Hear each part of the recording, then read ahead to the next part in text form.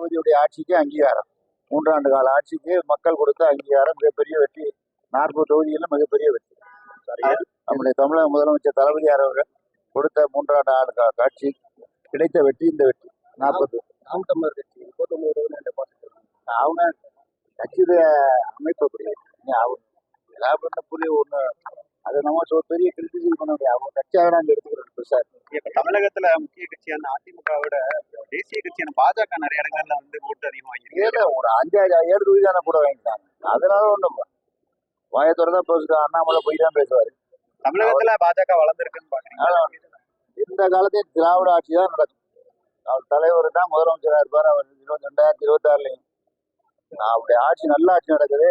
அனைவரும் சந்தோஷமா இருக்கு. சட்ட ஒழுங்கு செய்கிறார். செய்திகளை உடனுக்குடன் தெரிந்து கொள்ள உடனே சப்ஸ்கிரைப் பண்ணுங்க.